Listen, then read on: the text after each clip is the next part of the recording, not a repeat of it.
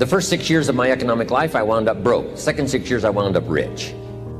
Someone says, don't you have to do the second 6 years like you did the first 6 years? And jot this down. No. No, you don't have to live the second 6 years like the first 6. You can use all the information and all the advice and repairing all of your mistakes and adopting a new and refined philosophy so that the next 6 years can be totally different than the last 6. No other life form can do this. See, if you were a tree, you'd be stuck. As a tree, if you used up all the nourishment that was around you and you couldn't change location, see, you would die. But that's not true. Human beings can change location, go north, south, east, west, live here for a while, live somewhere else for a while. So that's a note to make. You can greatly alter the course of your life. Now here's the next note to make. 5 years from now, you will arrive.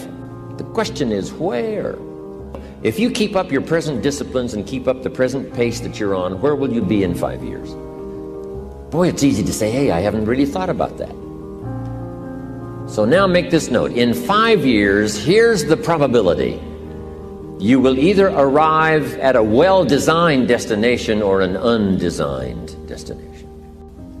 And I promise you, 5 years from now, you really don't want to arrive at an undesigned destination. Because you may very well wind up wearing what you don't want to wear, driving what you don't want to drive, living where you don't want to live, maybe doing what you don't want to do. Simply because you didn't design a better destination.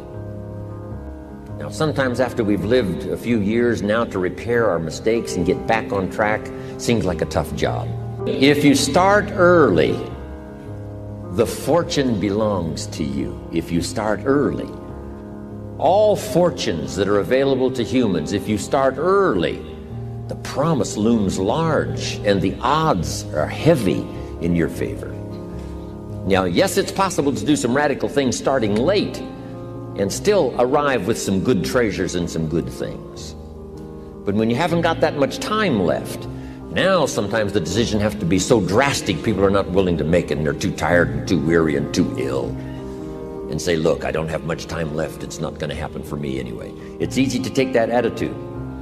But everyone here, we've got the time over the next 10 years. We've got the time the next 20 years. We've got the time the next 30 years to make some repair now in our errors of the past and set up some new disciplines. And I'm telling you, that's going to change everything. So, 5 years from now, I wish for you to arrive at a well-designed place.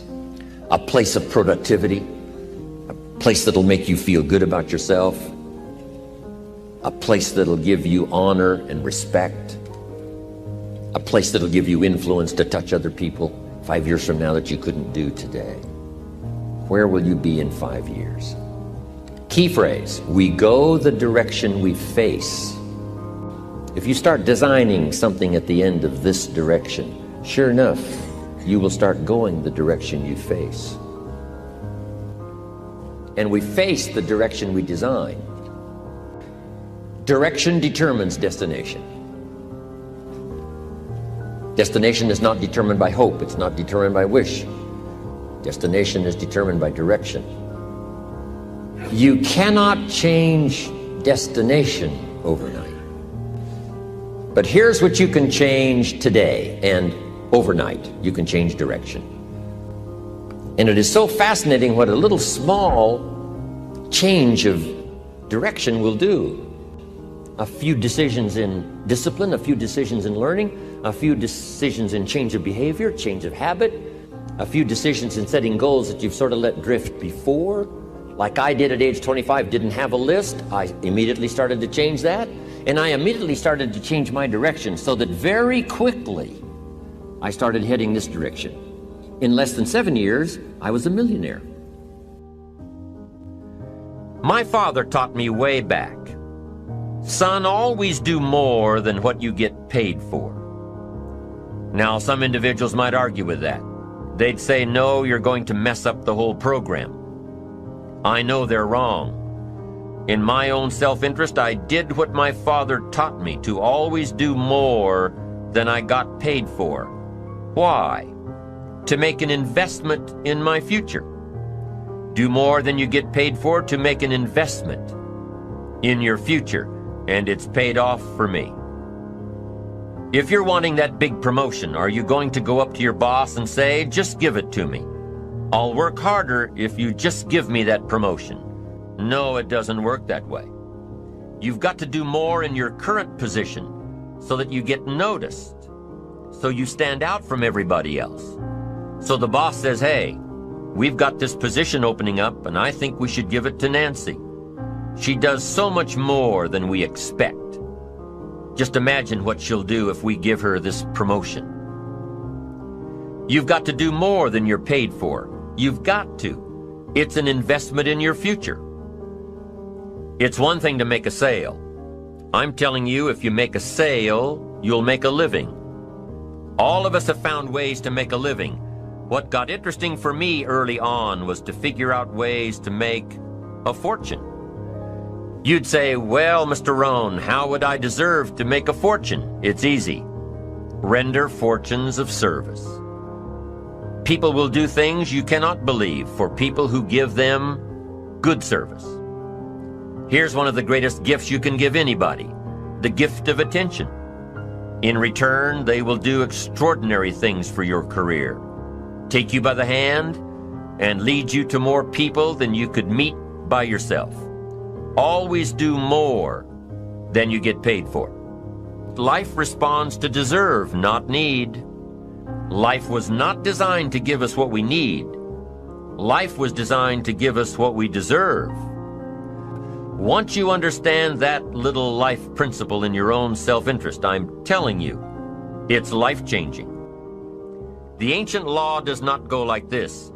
If you need, you will reap. No, it doesn't work that way. A lot of people out there are hoping it works that way, but no, it doesn't. The ancient law goes like this. If you plant, you will reap. If you sow, you will reap.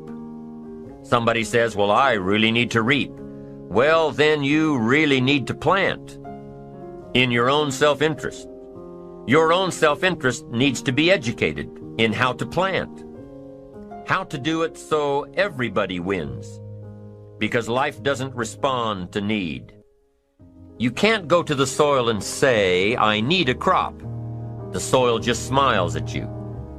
And here's what the soil says. Don't bring me your need, bring me some seed. Bring me some effort. Bring me some discipline. Bring me some interest. Bring me some service. Bring me these things and I'll return to you multiplied by 2 times, 5 times, 10 times. You can't come with need. You've got to come with seed. You've got to come with willingness. You've got to come with skills. You've got to be willing to learn, willing to change, willing to grow, willing to put yourself out, willing to stand up to the bad weather, willing to pull out the weeds, willing to nurture. That's the only way you get a return. Once you understand these principles, self-interest now truly becomes an exciting challenge, making sure everybody wins. Enlightened self-interest makes sure that everybody wins. Let me give you a good philosophical phrase. All values must be won by contest. All values must be won by contest. And after they've been won, they must be defended. You say, wow, you've put a pretty heavy task on us. That's what life is all about, a pretty heavy challenge. We don't give large trophies for small effort. If you want to win high health, if you want to win high wealth, if you want to extend a long reach in touching people's lives, you got to engage in some of these extra powerful disciplines.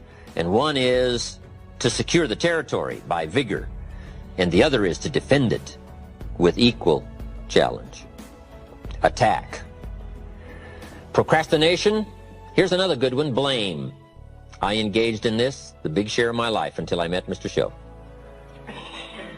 I used to blame my negative relatives. I used to blame the government. I used to blame taxes. I used to blame prices. I said, it costs too much. Show said, no, let's cover the real problem. You can't afford it. I never looked at it like that before. Shoaff said, sir, you must intellectually understand, it's not it that's your problem. It's you that's your problem. It's not out there that's the problem. Out there is like it's been for 6,000 years. You can't cure that. But what you can cure is errors in judgment, errors in attitude, errors in activity, errors in judging results. I found that the errors were within. But see, he had to go after me on that point. Here's the next one. Excuses. Wow. We've got a million. I'm too short. I'm too tall. I'm too old. I'm too young. I don't have the money. I don't have the experience. On and on and on with the excuses. Learning to attack. Very important. Procrastination. That's a good one, front and center. We've got to attack procrastination because it's so insidious. It eats up such large chunks of your life and leaves you in a small corner. Putting it off. Delaying. Letting it slide. Now, I'm one of the best to attack procrastination because I confess to being one of the all-time great procrastinators. I've done a lot of things, but I've put a lot of things off. Procrastination. I am so good, I could teach it. But I also know the pain of procrastination. I also know the regret that comes from procrastination. I can also show you pieces of my life missing, never to be repaired, because I let it slide. Now see, if we all studied our own lives, and we're trying to help somebody with this insidious disease of procrastination and putting it off, front and center, we use ourselves as best example because you feel the strongest about your own experiences and your own emotions. Do you think you could help somebody with procrastination? Developing this skill of going back, rehearsing your own life and coming up with the essence of the emotion and the experience to try to illustrate to somebody how insidious it can become and how devastating it can leave your life and what'll be missing if you let it slide. That's what we call learning to attack the problem. Now, underline the word attack. It's very important to go after the insidious. If the future gets clear, the price gets easier. Because you got to remember, for every promise, there's a price to pay. Everybody's got to pay the price. Everybody's got to do the deal. Everybody's got to do the disciplines. Everybody has to pay. But here's what I've discovered. If the promise is clear and powerful, the price is easy to pay. The price is some classes. The price is a few books. The price is a few disciplines. The price is finding something that'll make your life better, make you grow, make you change, make you develop. So the first part of the key is to design the promise. Then, what is the price to pay? I'm telling you, the price will be easy. Anybody in my audience can pay it, no matter where you are, where you come from. Color doesn't matter, religion doesn't matter, where you grew up doesn't matter, circumstances don't matter. I'm telling you, if you'll make the promise of the future clear for yourself, the things you want, the places you want to go, the things you want to have, the person you want to become, the skills you want, the homes you want, the future you want, the friends you want, all of the values of life that you could possibly want. If you'll make that clear, make those lists, and be serious about it, I promise you it's an easy price to pay. Anybody can pay it. And the best advice I can give you is, if I can do it, you can do it. Farm boy from Idaho, raised in obscurity, I changed my life, turned it upside down, turned it all around, found economics, found future, found promise, and if I can do it, you can do it. So, start setting your goals and see if you can't get a better excitement going for the things you want to accomplish for the future. One of the major reasons for setting goals is for what they make of you in achieving them. My teacher advised me when I first got started at age 25, he said, Jim, why don't you set a goal to become a millionaire? He said, it's got a nice ring to it, you know, enough zeros to impress your accountant. And he said, I'm here to help you. You're only 25 years old. You've been to 1 year of college. You've got a beautiful family, every reason to do it. Why don't you set a goal to become a millionaire? And he said, here's why. And I thought, he doesn't need to teach me why. Wouldn't it be nice to have $1 million? He said, no, then you'll miss it. He said, here's why. For what it will make of you to achieve it. I'm telling you, that statement changed my life. Set the kind of goals that will make something of you to achieve them. He said, now, once you become a millionaire, what's important is not the money. I thought, that's kind of strange teaching. He said, honest, it isn't important. He said, you could just give the money away. Now, I did better than that. I lost it all. By the time I was 31, I was a millionaire. By the time I was 33, I was broke. But when I lost all my money, guess what? I found out Mr. Schoaf was right. What was valuable was not the money. What was valuable was what I became to earn the money. The skills I had, the knowledge I had about the marketplace, the values that I had going for me. They were more valuable than the money. And here's an important statement to remember. It's not what you get that makes you valuable. It's what you become. So part of the key here is to set the kind of goals that will make something of you. Don't set them too low so that you don't have to grow and you don't have to read and you don't have to try and you don't have to stretch. Don't set them too low. And then don't sell out. Don't go for something that's going to cost you your virtue or cost you your values or sell out your principles. There's a good middle road here to follow. Goals that will inspire, goals that will help you grow, change, develop, and become better than you are. Okay, now let's talk about financial independence. How to become rich by 40, 35 if you're extra bright, much sooner if you find an opportunity like I did. Let me show you how I did it. Financial independence.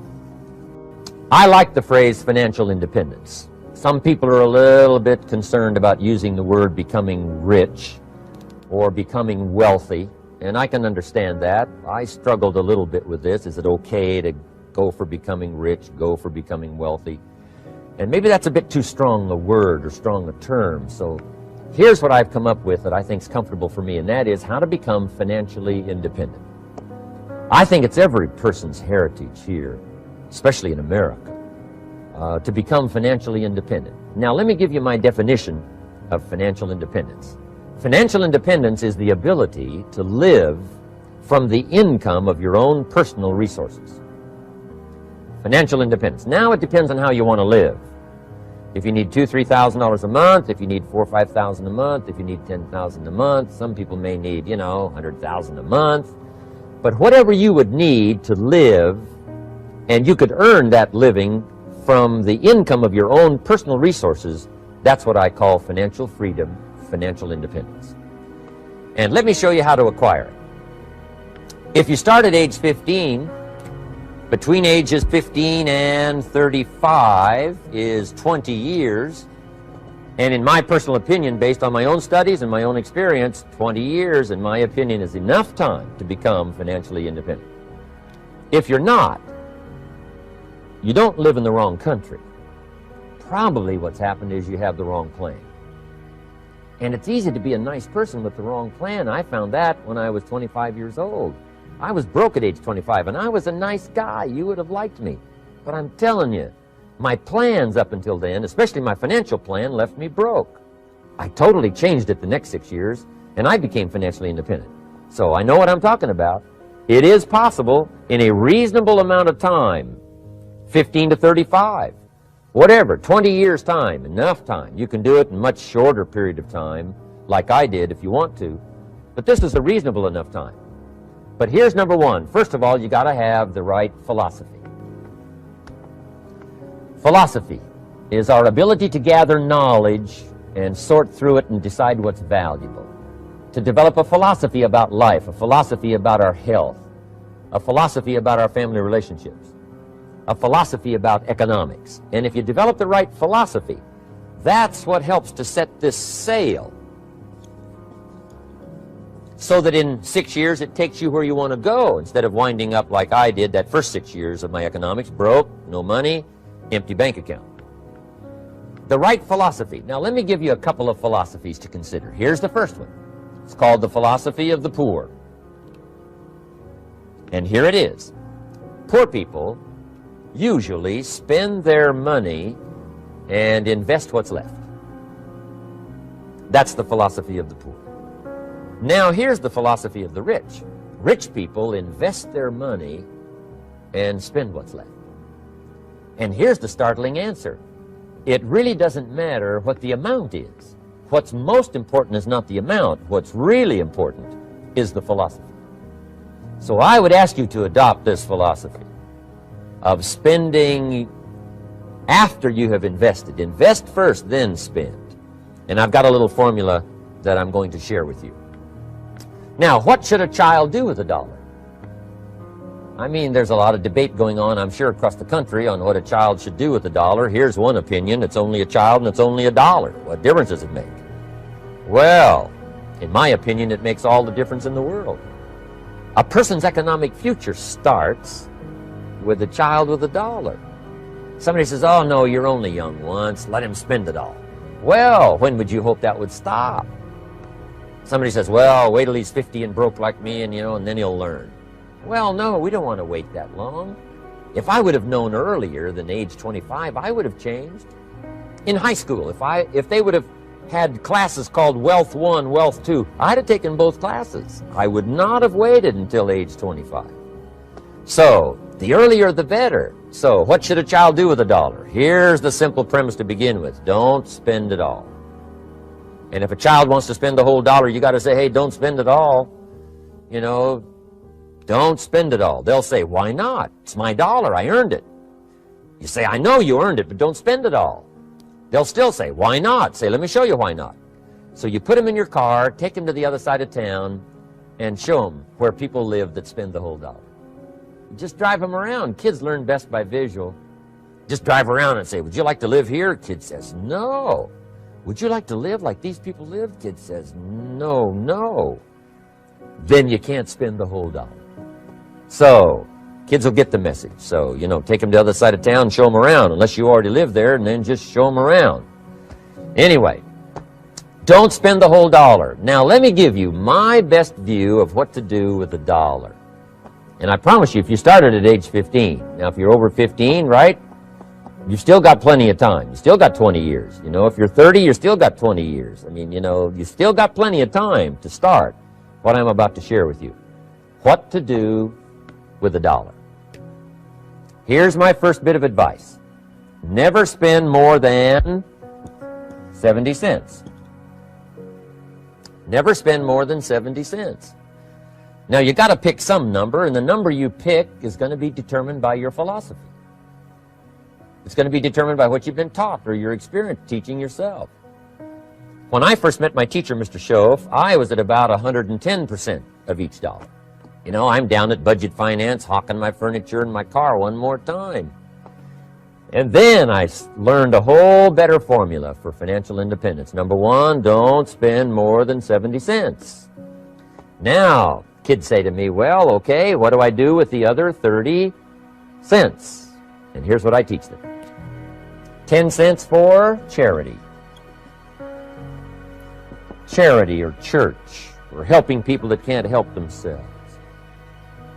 10 cents to support worthy projects.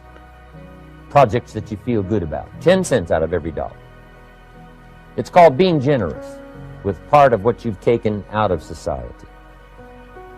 Now, in my opinion, nothing teaches us character better than generosity. No class, no teacher, no book teaches character better than generosity.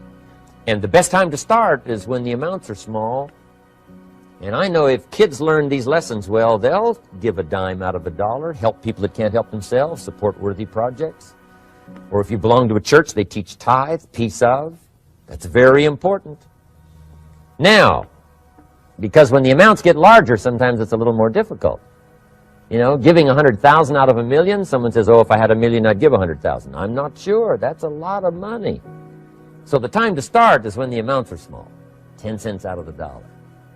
Okay, next 10 cents I call active capital.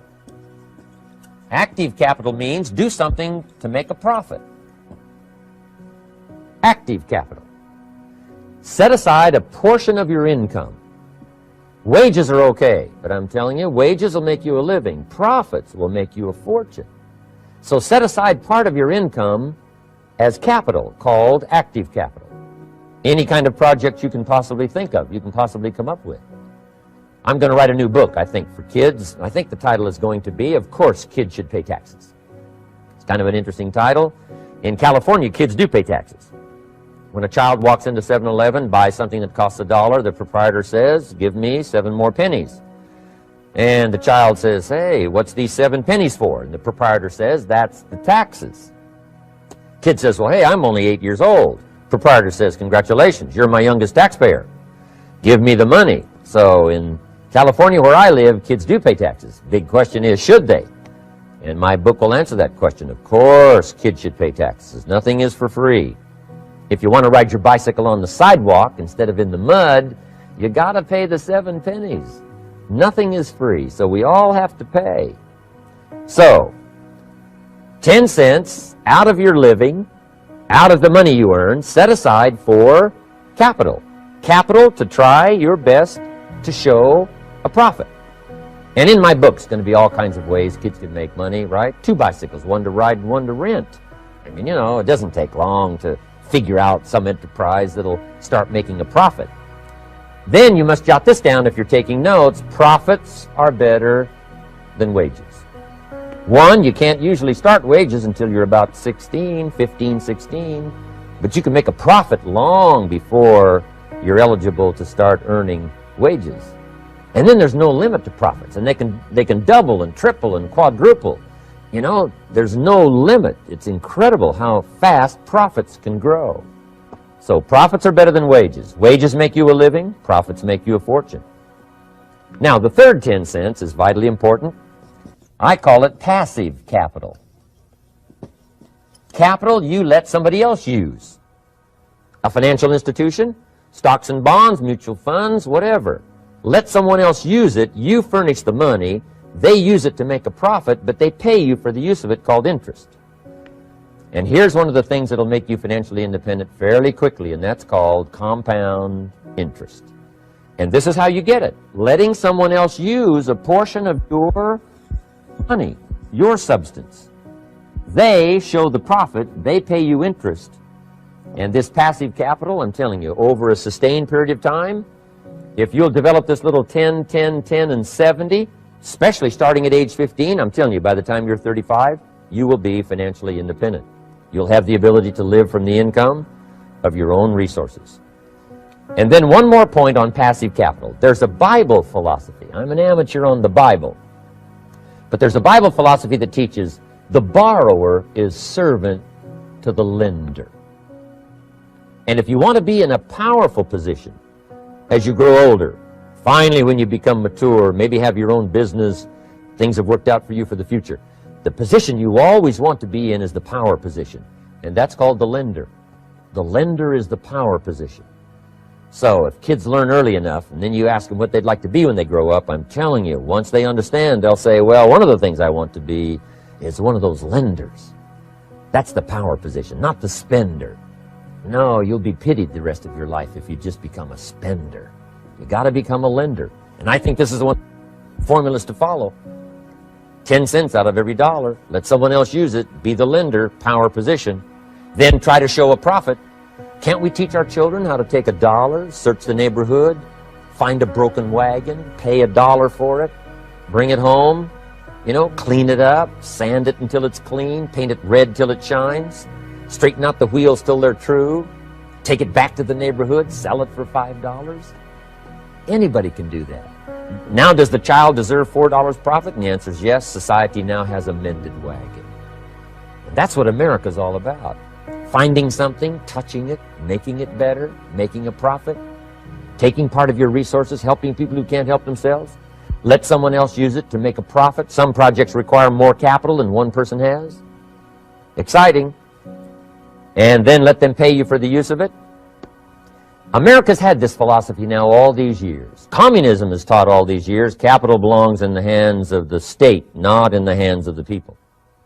We've been teaching all these years capital belongs in the hands of the people, not in the hands of the state. And we turned out to be right. Capital in the hands of the kids, capital in the hands of the people. Enterprises that make a profit, enterprises that grow. It's the hope of our future. So that little simple formula, I hope, will help you. Now, one more key on financial independence, and that is attitude. Attitude.